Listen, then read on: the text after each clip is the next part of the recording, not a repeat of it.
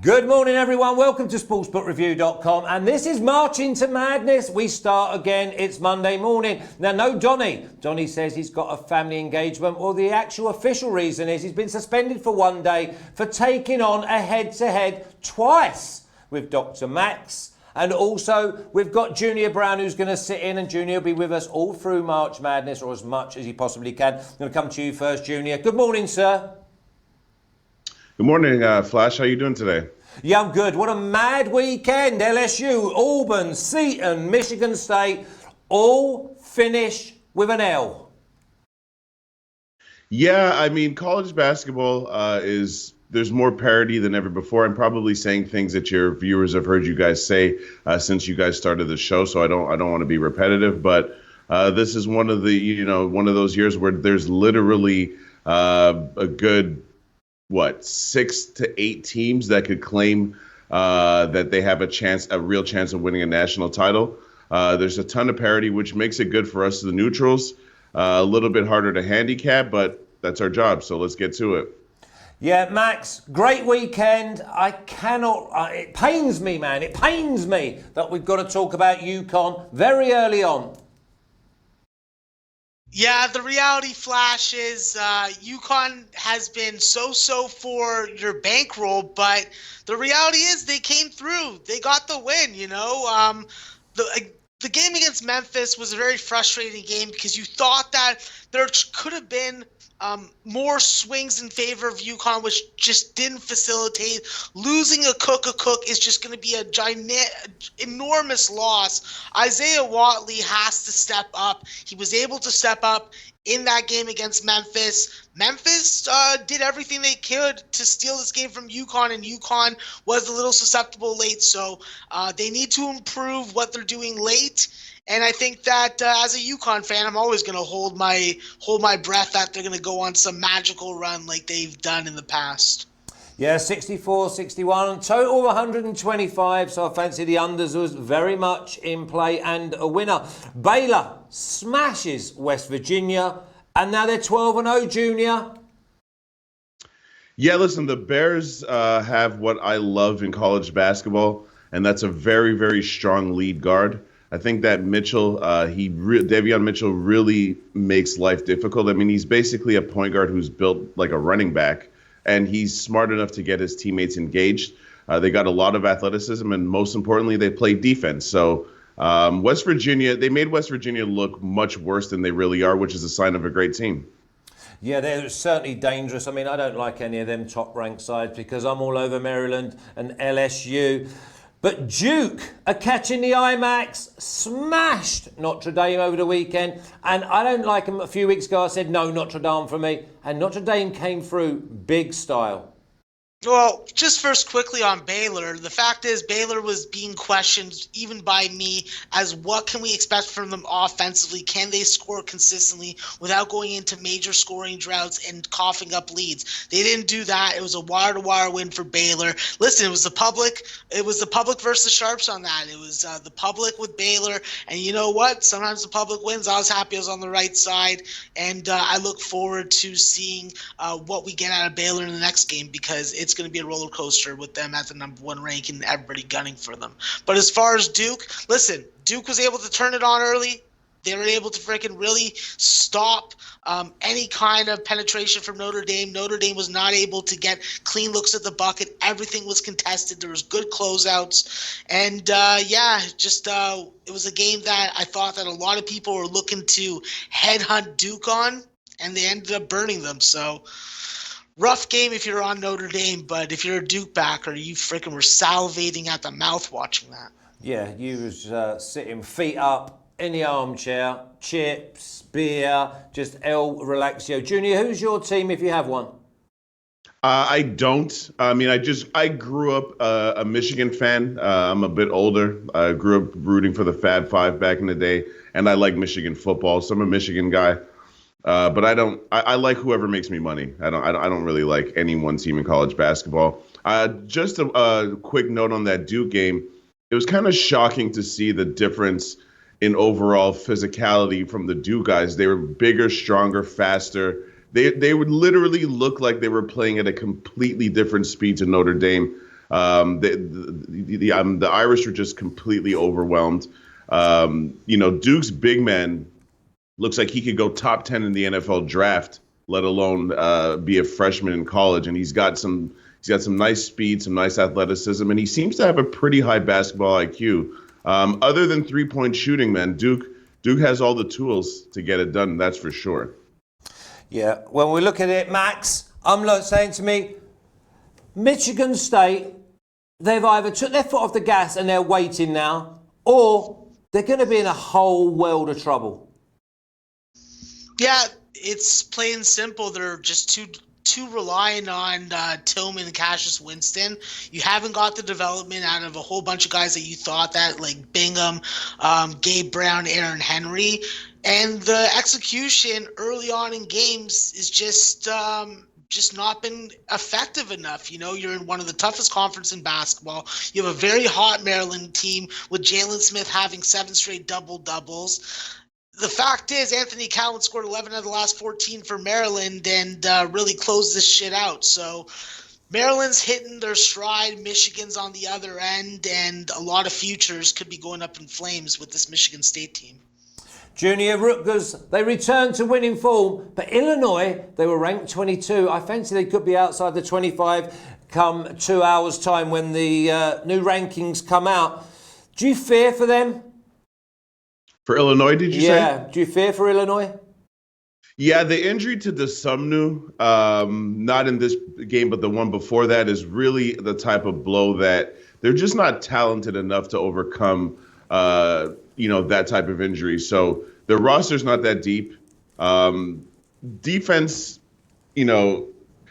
that's their calling card, but I don't know. I just don't see enough scoring from this team. Their offensive struggles are going to be a problem. Now, that was exacerbated by the fact that Rutgers is also a very good defensive team with a ton of length on the perimeter. And I think that's always, if you have guards that are 6'5" and up, and they play lockdown, tons of pressure, that's going to cause any team in the country problems. So Illinois just had the worst case scenario where they're coming into a situation going up against a lengthy, good defensive team without their best scorer, and they're not, even with him in the lineup, they're not a great offensive team. So you take him out of the lineup, and it's a struggle from the word go.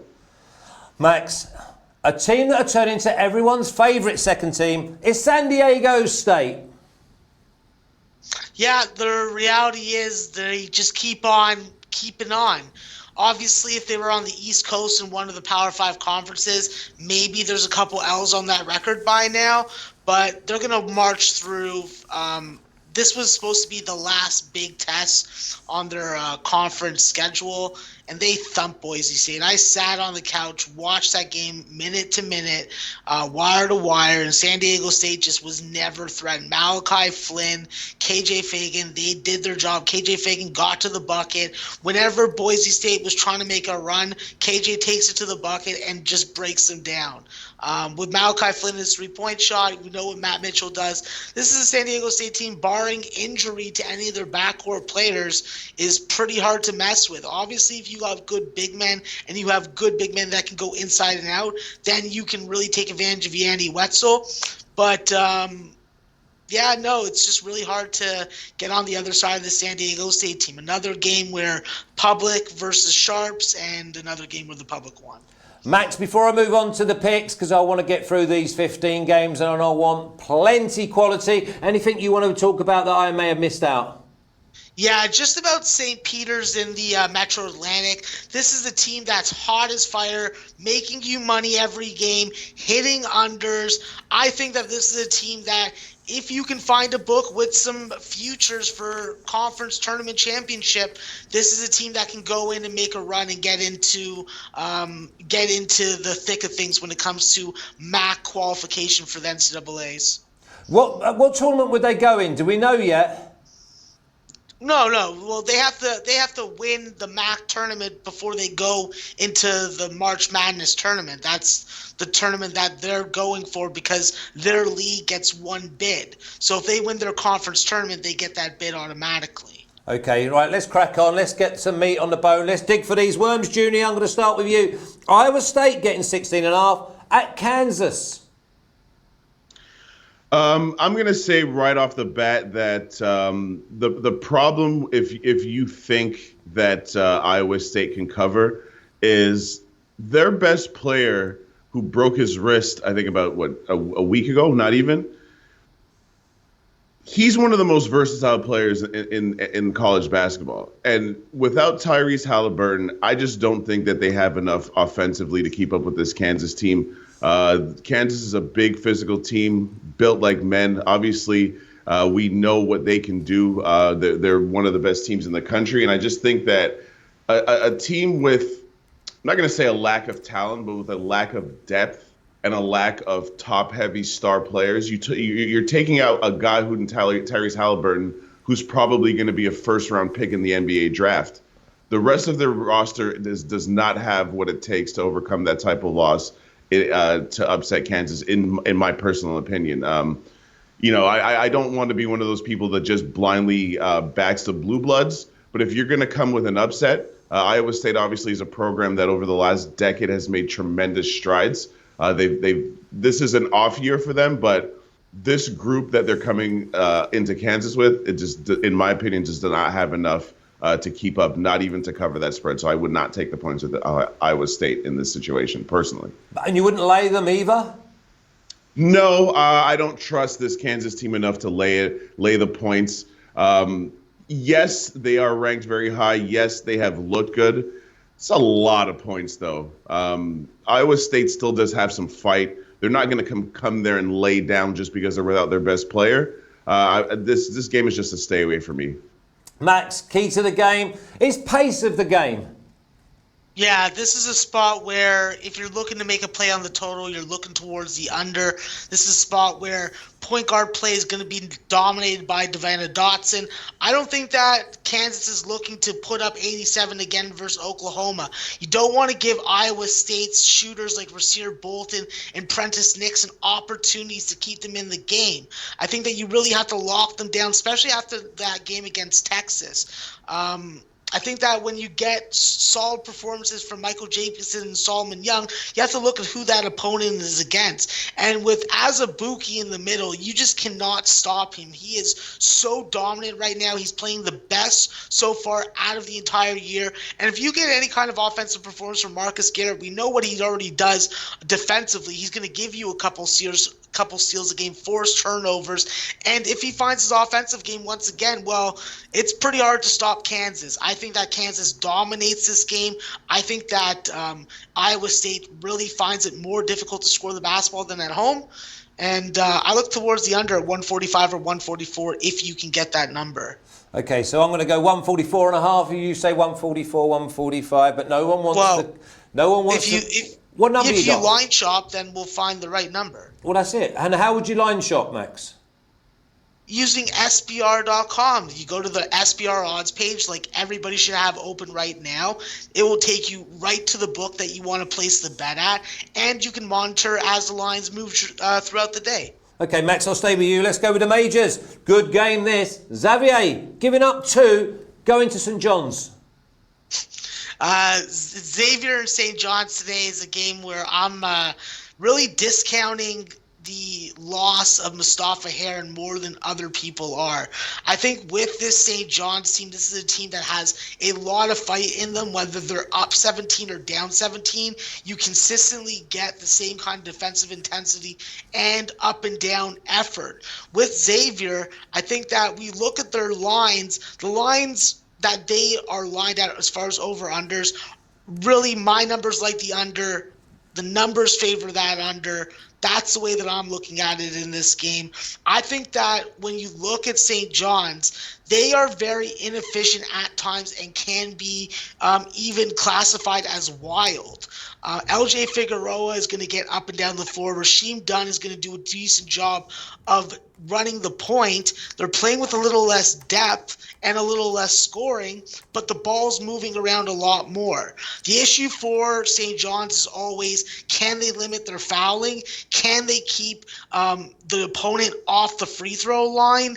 And can they guard the three-point line? I think that they're going to be able to do all three. I look to the under 141.5 if you can get that number. And I think that St. John's has a good chance to win this game outright. And would you give up, and well, you'll take the points as well. So would you take the +2, the money line, and the under 141.5? No, I'm not tripling up on this game, Flash. The only play that I'm willing to make official for the show is an under 141.5 at least -110 juice or better. It's nice that I had to speak to you 3 times before I got that word official. Okay, Junior, under 141.5. You fancy the under is in play? Absolutely, for a couple of different reasons. St. John's 3 best players are volume shooters. They're not efficient scorers in any way, shape, or form. Even though they like to play at a very fast pace, that can be a little bit misleading for the simple fact that they have a lot of trouble scoring. On the flip side, Xavier can't shoot threes for their life. They don't really get to the free throw line, and they defend the 3 well on their end. So every single way that I look at this game, it points me towards the under, and I would make that an official play as well, under 141. Okay, so we've got both players going with under 141.5. That tells you everything. Let's move on. North Carolina getting 2.5 at Notre Dame. Notre Dame need to bounce back, Junior. They do. Listen, it's really strange for me. And again, I don't mean to be a blue blood guy, but it's really weird to see North Carolina be this bad. I'm not even really sure what to make of them. You know, Notre Dame relies heavily on Mooney and Prentice Hub, but they're an awful, horrendous three-point shooting team. They're another team, and listen, in college basketball, I mean, I say this all the time in the NBA, but in college basketball, it's even more important, in my opinion.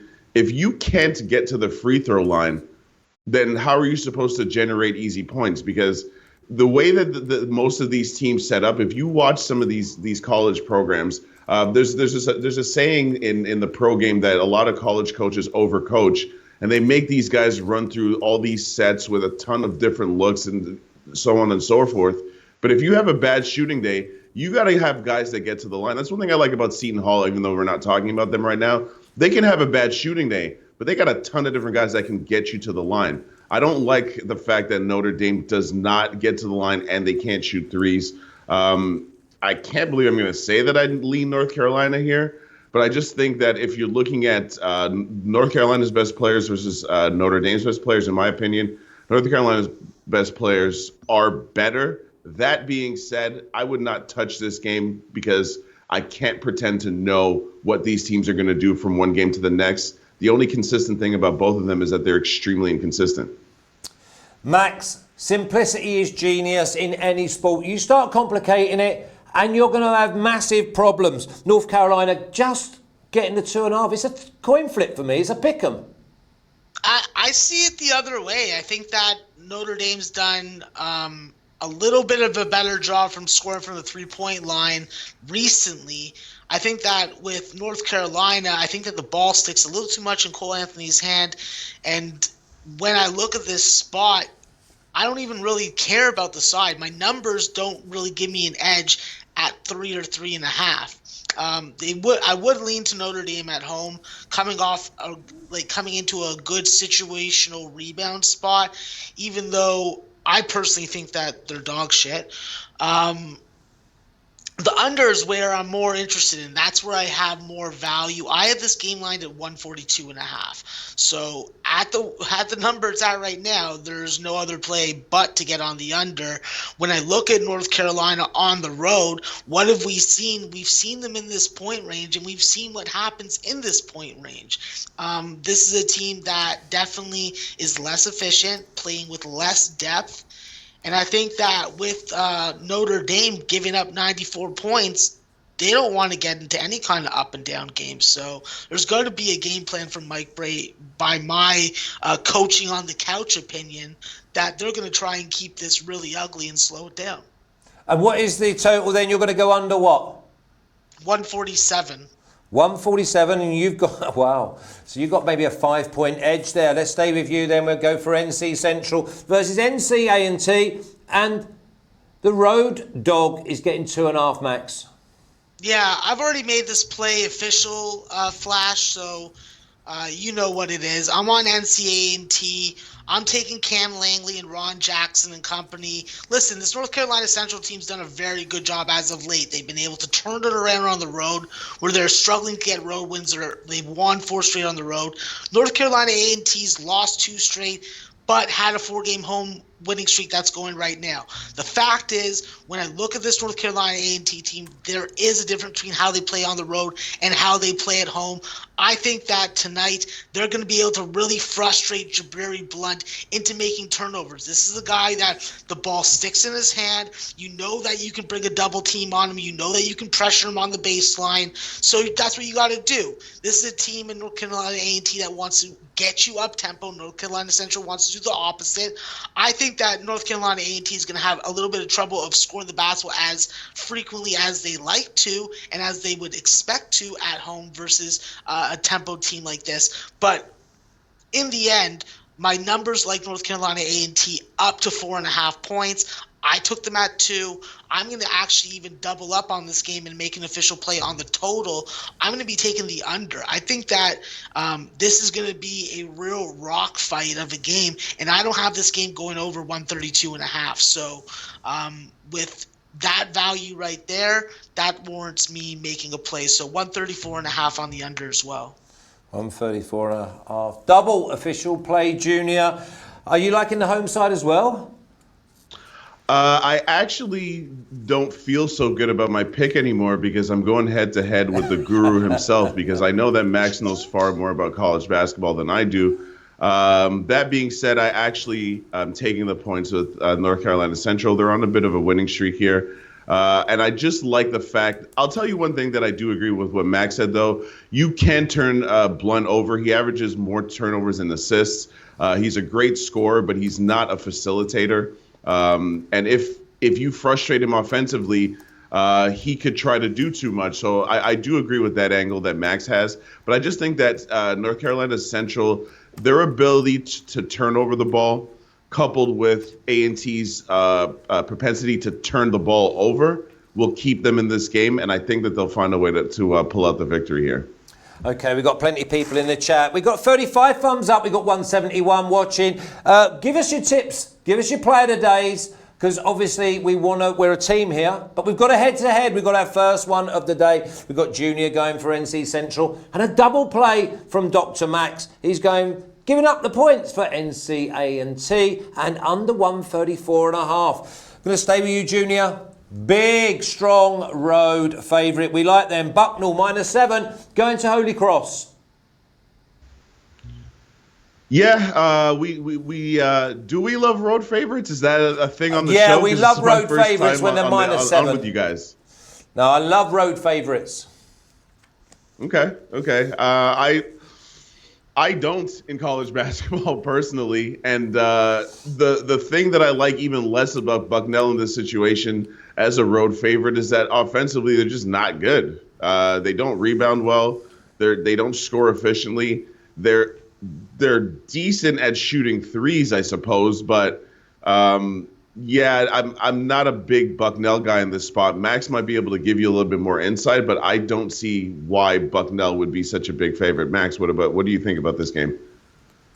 Yeah, I'm on Bucknell in this spot, Junior. This is a pretty simple cap for me. I'm not looking at the numbers. I'm looking at my created lines. I'm looking at my power ratings. I'm seeing where I have value, and this is where I have value. I jumped on this game early at 5.5. That line obviously is no longer available.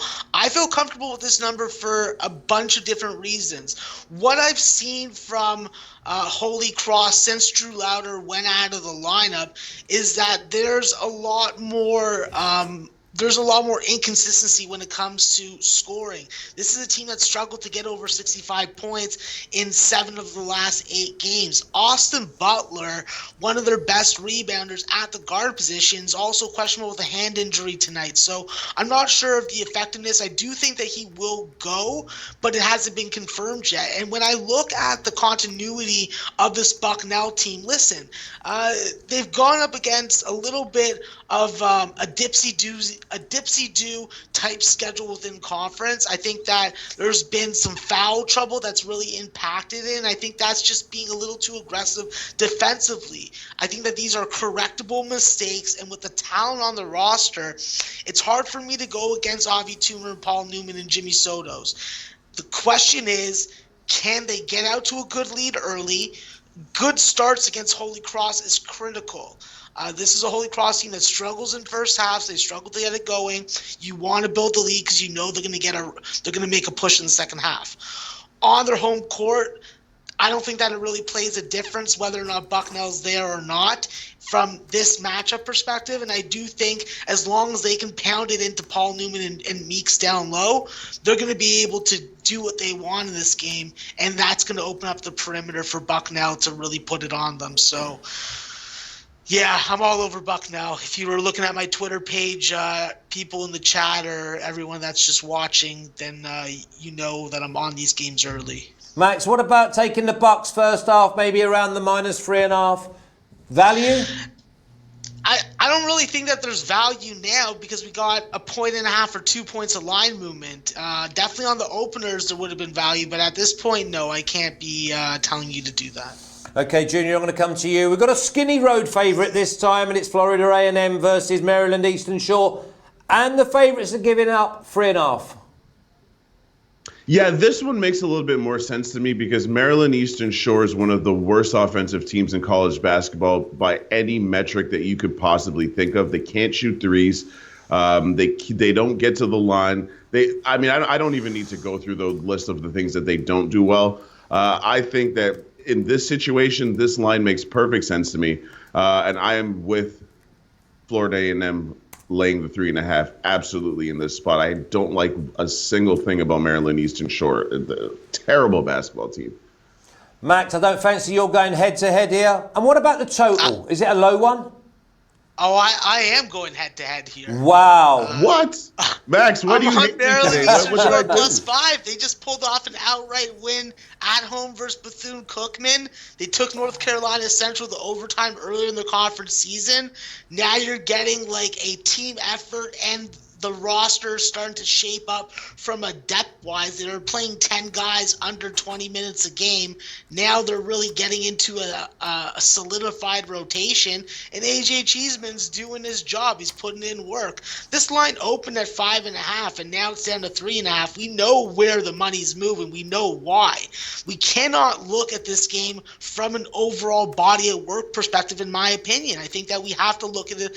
What has Maryland Eastern Shore done recently, and what they've done is they've stayed in games and they've won games. They lost to Coppin State in overtime. They beat Delaware State. They've stayed close to Morgan State. This is a team that I think that just has value right now at the number that I got. So with Maryland Eastern Shore, I know they're putrid on offense, but on their home floor, they just play different. Well, we love head-to-head. Max, I got a question for you, though. Yeah. Don't you kind of worry about the fact that this game, in my opinion, is probably going to come down to the last, 2 or 3 minutes? And that's why I was off Maryland Eastern Shore, because I just don't see who's getting you a crunch time bucket on that team. Whereas, Florida A&M's got a couple of different guys that can get their own. What do you think about that?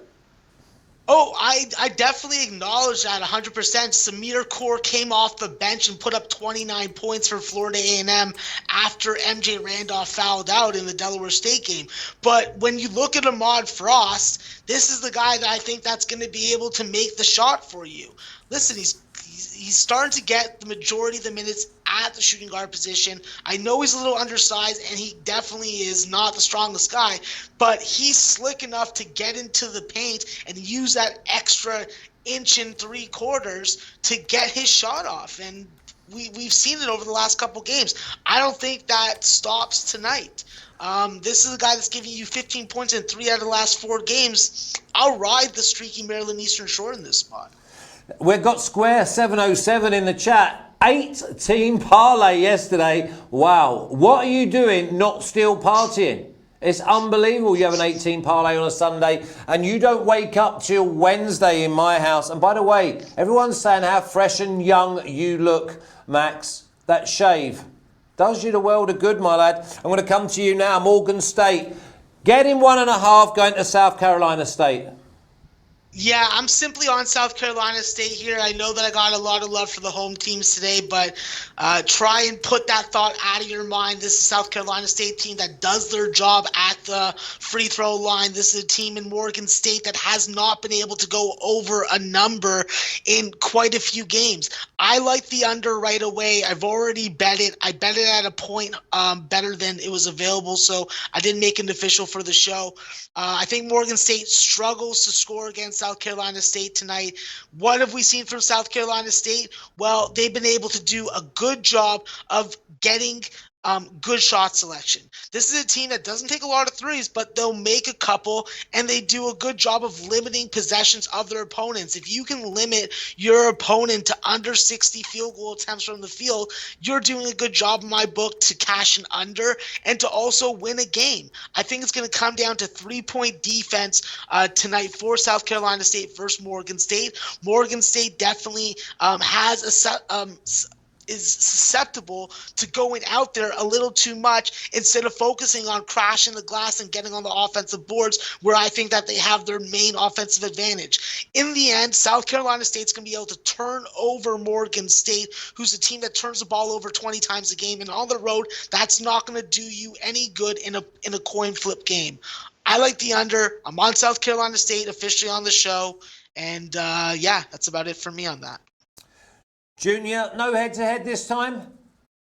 No, I don't have a look on the total, and I am rolling with South Carolina State. I just think that, as Max said, not only their ability to defend the three, but one of the most underrated things in college basketball is the ability to defend without fouling. They don't give up a ton of free throws. They don't get in bonus situations. They just play straight-up hard-nosed defense, and I think that is enough for me to lay this small amount of points. And don't get me wrong, their defense, if you look at it in terms of efficiency, it's not great.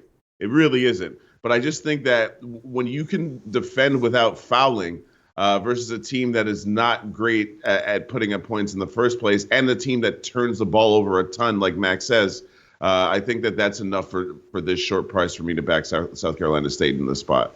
Yeah, a lot of people like in South Carolina State. It could be a play of the day because there's so much. It's official for me, by the way. Yours is official?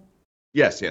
Okay, I like it when both people go for officials. Not so good when they both go for official, but on the wrong teams or different teams. Okay, let's massive road favourites here. Bethune Cookman going to Delaware State, and the favourites are giving up 8, Junior. Can you hear me? Hello? Okay, Junior, can you hear me? Hello? Okay, Max. Bethune Cookman giving up 8 at Delaware State. Yeah, this is an official play that I'm already on, Flash. Bethune-Cookman is a 7.5 to 8-point road favorite. I'm taking the dirty road favorite. I know it's a greasy situation, sort of like the Trailer Park Boys from Nova Scotia, but I think that with Malik Maitland coming off a 1-for-9 shooting game and Latrell Pope shooting 4 for 11, this is a team that's just too good offensively to have a stalled game 2 games in a row. Maryland Eastern Shore, who we just spoke about, was able to win outright at home in a similar number situation. I do not think that repeats itself versus Delaware State. What do we know about Delaware State is now that they're in conference, they're playing this zone. What do we know about Bethune-Cookman? They can really penetrate the bucket, and Isaiah Bailey can get hot from 3, and they can burn that zone. What do they do on defense? They guard in transition. Delaware State's not going to have these runouts. They're not going to be able to force the turnovers. They're going to be one forcing turnovers. I think that Bethune-Cookman situationally in this spot gets right. I like the under. I don't think this game goes over 155. At 160.5, if you can get that, that's still worth the look. Anything under that, you're losing value. So you'd go under 160.5? Yes. Okay, would you make that official or just go with the total and the favourite? 161.5, but that number is long gone. Okay, no worries at all. Well, while we wait for Junior to come back, we'll just slip on to +5.5 for Grambling going to Texas Southern, Max. Yeah, this is a spot where I'm looking once again. The theme of my day is unders. I think that with this Grambling team, they're playing with revenge. I think that they understand how to beat Texas Southern. It's just a matter of them being more efficient offensively. When you have Devontae Jackson and Ivy Smith, these are two inside-out guys. Your point guard and your small forward, athletic big man who has great size, great strength. I think that with Texas Southern, we've seen Eden Ewing take a step back. Hopkins and Johnny Jones really got to step up and make shots for this Texas Southern team to win. And the bottom line is, when you look at Grambling, they've been able to get their pace and tempo, win or lose, in a lot of these games, including the first game versus Texas Southern. I think when you go up against Prairie View, you know that Prairie View is going to take you inside, get to the free throw line, and really turn this into drag this game out from a scoring perspective. And Alcorn State, we know what they do. They're efficient scoring. I think now going up against a team like Texas Southern, they have an opportunity to get back to that tempo. And I think that when you look at this game, the only play I'm going to make is the under 143 if it's still available on this game. Yeah, I see 143s across the board. That's what I bet, and I'll make that official for the show. Yeah, well, I'd already made it official for you because I put a big star next to it. I knew that's where you were going. Okay, Mississippi Valley State versus Southern, and Southern giving up over 2 touchdowns. Yeah, so this Mississippi Valley State school, listen, they're bad. You know, they're bad. This is a team that if you look at their overall stats, what have they done? Give up 90 points to their common opponent. But I think that we have to pump the brakes on that and take note of who they're playing tonight. We're talking about the Southern Jaguars. Micah Bradford, Kujovic. These guys don't score the ball. Asante Shivers. These guys don't score the ball frequently. And what have we seen from Mississippi Valley State? That there has been a heavy emphasis to try and slow this tempo down and slow this game down, slow it down so that they can stay in games. What do? They've been able to stay in games lately. They beat Alabama A&M. They stayed in versus Alcorn State and went to overtime. This is a team with 14.5 points. You want to spot me that? I got to take a chance with Mississippi Valley State. This is a Southern team that struggles to get to 60 points. I don't think that they're going to have an easy time tonight scoring as most would think. I look towards the under. I look towards Mississippi Valley State as the double-digit dog. If Southern's going to win this game, maybe they win this game by 13, but they're not winning this game by more than 14. Okay, what you going under? What was the total on the under? What did I get? I got under 152.5. No, I got under 153 at minus 107. What's available across the board right now, the best you can get is 152, but it's at minus 115 juice. So okay, we'll just keep an eye on it. We've got 7 or 8 hours before kickoff. Junior, welcome back. Let's go and have a little look at the game that Max went with. Grambling versus Texas Southern, and Grambling giving up getting 5.5 on the road. Yeah, I mean, I have not seen Grambling play once this season, and I have to say that I have to preface that with it's hard for me to cap a team that I've never watched play once all season. I do know that Texas Southern, though, they've got some guys that are pretty strong on the glass, which helps overcome the fact that they're not good at making shots. I do not have a lean on this game, to be honest with you, because like I said, I kind of have a problem giving an honest opinion on a team that I've never seen play before. Okay, and what about Mississippi Valley State getting 14.5 on the road versus Southern? Max has gone with the 14.5. He's happy to take them points, and he's gone under 153, but you can still get around 152, 152.5. I would say that I'm not making it an official play, but I would take the points for the simple fact then how Southern does not produce enough points for them to be favored by that much against anybody, in my opinion. So I would take the points in that situation just for the simple fact that Southern just struggles to score the basketball. And how are you laying double digits with a team that you don't know can score enough points? That doesn't make any sense to me. Okay, so both experts going for plus 14.5. Mississippi Valley State going to Southern. Now, plus 8 for Jackson State. Going against Prairie View, A&M, Junior, 8 for Jackson State. Do you want to lay it or do you want to be with it? Honestly, this is another situation where it's basically you're asking them to win by double digits when they absolutely struggle to score. I think that they're one of those teams where they have sufficient depth, but I just don't like that number for them personally. I don't see them producing enough offense in order to be able to cover that spread. Now, their defense is pretty decent. They do turn the ball over quite a bit. They do have some pretty good rim protection as well. So from that point of view, possibly, but I just don't like it. I know it's not technically a double-digit spread, but you're essentially asking them to win by double digits, which really puts me off of this game. Max, you've took some big points on the road. Are you going to take Jackson State +8 or Prairie View A&M? Well, I think that this is probably going to be the most exciting of the SWAC games tonight, and I think that anytime you have Prairie View, you got to make sure that Devontae Patterson's in the lineup. And what do you get from 6'7" slick 3-4 Devontae Patterson? Well, you know what? You're going to get rebounds. You're going to get points. You're going to get to the free throw line. The dude is a leaper from the 2 feet position. He gets tips. He gets on the offensive glass. He forces turnovers with his ball pressure on his defender, on who he's defending, excuse me. It's really just about what are they going to do from the three-point range. This is a team that Prairie View, they don't really focus on shooting the three.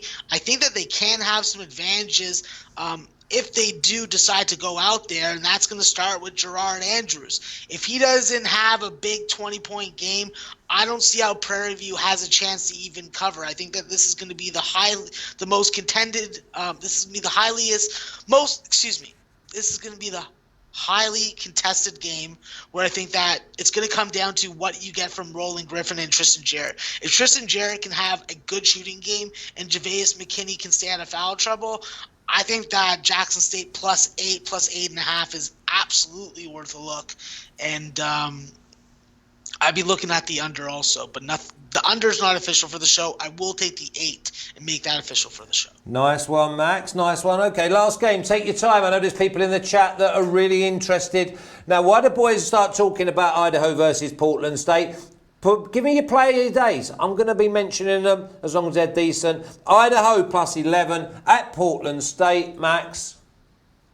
Yeah, this is a spot where obviously Portland State's playing with revenge. The question is, do they have enough offensive weapons to go side to side against Idaho? We know that Portland State isn't going to be very prolific from the three-point range, so they're not going to beat you there, but they are going to rebound the basketball. They are going to get up and down and to the bucket and try and get to the free throw line. With Idaho, we know that Trevon Allen is the main piece for this team. He's going to be able to score up against this Portland State defense. And remember, this is a game that Portland State is playing with revenge. They lost outright to these guys just a little while ago. So I think that when you look at the first matchup, what did you see? You saw that Portland State really was inefficient, and that was more on Matt Hauser. I don't think that he's going to be in the lineup today. And I think that when you look at this Portland State team, if you could stop them from getting to the free throw line, you can really limit the offense. I think that Idaho does a good job of doing that. I don't see why they're a double-digit underdog at 11 points. I think that the better play for me is taking them first half if you can get 5.5 or 6. Okay, I'm looking. Max, can you just dig out a player today while I go to Junior, please? Junior, do you like Idaho getting the 11 or Portland State giving up the 11? I think that Idaho can do enough defensively to slow these guys down. I think I would take the points with them. They're a great rebounding team. They don't give up a ton of points. They defend the three extremely well. And I think that that's a recipe for, if you're going to give me a double-digit points, I have to take them, especially considering they've already beaten this team in the past. Okay, and if you can look for a player today, Max, have you got your player today? Yeah, I do. I'm going to go to the game that we didn't talk about, and I'm going to plain and simply just go like this. Alcorn stay with Maurice Howard and Deshaun Andrews and Corey Tillery. I think that these guys just shoot the three ball way too well.